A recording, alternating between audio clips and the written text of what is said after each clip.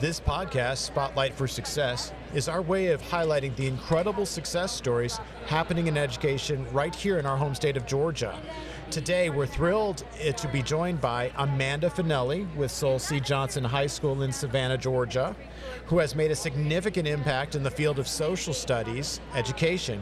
We'll be exploring her journey, insights, and positive changes she's creating for students and teachers. Now let's get started. Okay. Can you tell us a little bit about yourself, Amanda? Sure. I've been teaching for 19 years. I have taught history that entire time. I wasn't an education major, though, in college. I majored in musical theater and was lucky enough to have a chance to pursue that for a minute, but then I started substitute teaching, and I loved it. So I teach because it's a choice that I made, not because perhaps I didn't have another avenue. It's my passion. I've been offered opportunities to leave the classroom, and I don't want to do that. So, yeah, and high school is my vibe. I mean, more power to the folks who can teach elementary and middle. That's not me. High school students they're inspiring, and their willingness to challenge me and to challenge the status quo, I think, is what makes them the perfect fit for me. That's wonderful, Amanda. So can you tell us a little bit about your experience in your school, Sol C. Johnson? Sure. So I have taught world history, U.S. history, sociology, psychology, economics, American government. I've taught in the AP, and now I teach IB, History of the Americas, and I coordinate our International Baccalaureate Diploma and career-related programs. Wow.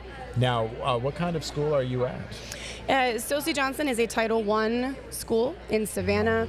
We serve a community that is predominantly Black American. We also have a Latinx population, a small Asian population as well. The IB program is a school within a school. We are a choice program with about 200 students. Wow. In a student body of 750 total. Wow. And that program is more diverse. We have international students, but still predominantly serving a Title I urban community. That is amazing. What a great program to be part of. Yes. and administering. Yes. Within the school. Absolutely. That is great. I'd like to ask about some of your experiences, maybe Sure. a key moment or a turning point that you'd like to share with the community. Sure.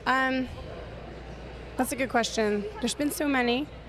I think, though, for me, the seminal moment in my career, it didn't really have anything to do with teaching history necessarily. I mean, I've been very lucky to be a part of so many wonderful programs that have allowed me to travel and allowed me to be out experiencing history firsthand to then bring it back to my students. But last year I was chosen as a Fulbright Scholar for the Teachers as Global Scholars program.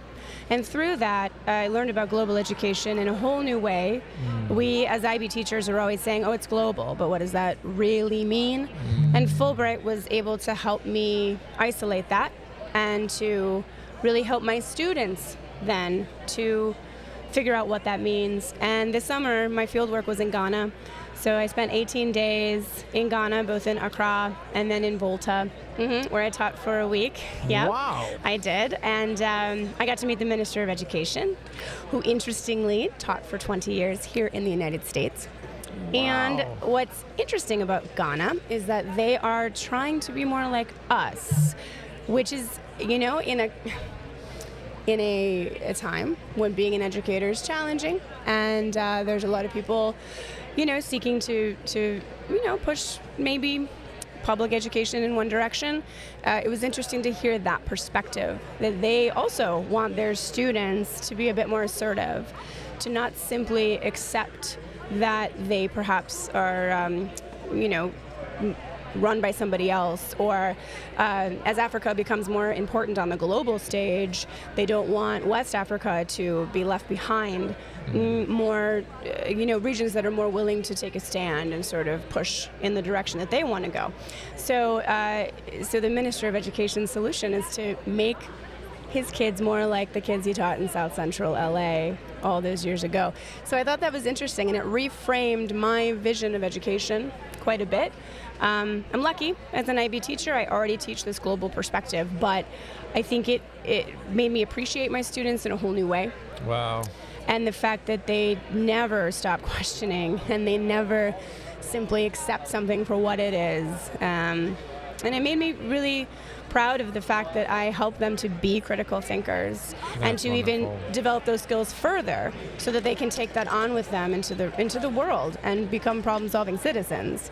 I think we take that for granted in this country, that as challenging as that makes education sometimes, our kids are never afraid to tell us what we're doing wrong, what we're doing right. That's right.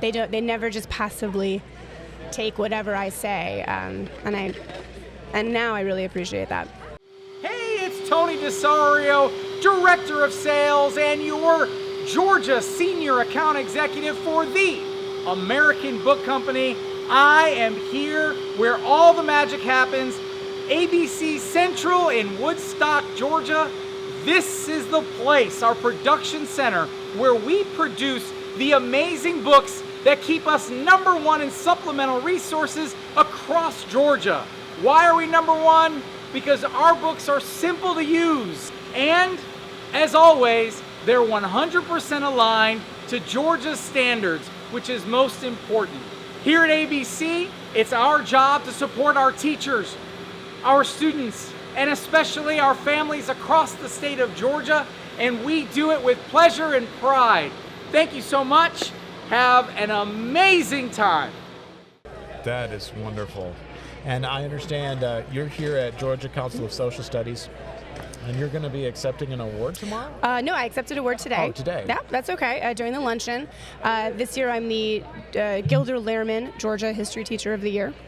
Wow. Yeah, which is a huge honor because the Gilder Lehrman Institute really they preserve and protect primary sources and make them available to K-12 educators. They're up there somewhere here at the conference as well.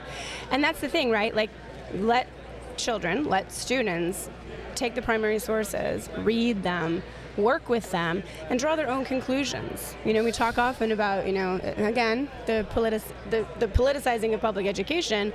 No, here, read this, you think, right? You reflect, you figure out what it is that you believe. There's no effort to indoctrinate. We simply want kids, like the Ghanaians, to think for themselves and to always question. And that's what social studies is. It's teaching them to be human rather than teaching them one specific thing or one specific fact. We send them out into the world ready to use their knowledge of the past to solve the problems of today. Wonderful, wonderful. Are there any key takeaways from this conference that you're going to bring back? Yeah, I am. Somebody in the awards luncheon today gave a great speech about how the state of Georgia recently stopped testing social studies in 5th grade. And now it is only tested in 8th grade, and then the U.S. History GMAS is the high school exam. And even though I teach IB, I do not teach the standards, luckily, for me in many ways, because that gives me a lot of freedom as an educator, and I can cover topics and really get in depth in a way that a GMAS teacher can't. This is awful, because it is driving schools away from even incorporating social studies lessons once a week in their curriculum, because in 5th grade they're tested on English, math, and science, and then in 8th grade it's Georgia studies, which, okay, great, Georgia, I know you love your history and that's wonderful, but how are we guaranteeing that they're getting the skills that social studies provides, not even the content? Anybody can search up content now, right? We can look for answers easily online. It's the skills, it's that critical thinking, it's that problem solving, it's that idea that we don't take anything at face value. It's media literacy. It's how do I know that this source is a better source than this one, and who is this, and what angle might that person have, and what is the value of this, and what are the limitations of this? And they're not going to have those skills because schools feel pressured to focus on the standards. And if the standards are not going to be tested, they're going to move away from it. And so there was an inspiring speech given today by somebody. And he made me feel like we can still make a difference and stop this. He's like, go back to your districts. Remember why we're here. Fight for this in your classrooms. And even though I'm a high school teacher, I am, my children, my actual children, are in elementary school right now. Okay. And so it's, I don't know, I hadn't really thought about it, because you get wrapped up in what it is that you're doing, and I'm fighting for my students. But now I'm thinking, oh my gosh, that's true. They're barely getting any social studies in their classroom, and that is not good. So I'm going to join the Georgia Council of Social Studies. I'm going to get involved, to fight for social studies on the state level, at the district level, at the school level, in my kids' school. So I think it's opened up a new door, a new path for me, in addition to being an educator, to being an advocate. That is wonderful, Amanda. Is there anything else you would like to share with the educational community? Oh man, just keep doing what you're doing. It's a challenging time to be an educator in this country, in this state, but it is an exciting time to be an educator because, we have the opportunity to shape the next generation. And, again, my Fulbright really taught me about global education and the idea that if we meet our kids where they are and help them to investigate problems in their community, they will naturally want to come back to us to learn the skills, to get out there and to change things for the better. So I think teachers don't give in necessarily to this idea of essentialism and all the kids have to know these things. What they have to know is how to be a change maker, and if we can give them those skills, they'll figure out the rest. This is wonderful. Well, Amanda, thank you so much for speaking with us. Absolutely. Thanks for having me. Again, this program is provided by ABC's Spotlight for Education. We're here at Georgia Council for Social Studies with Amanda. We wish you the best and hope you have a great rest of the conference and hope to see you next year. Thank you. Me too. Thank you.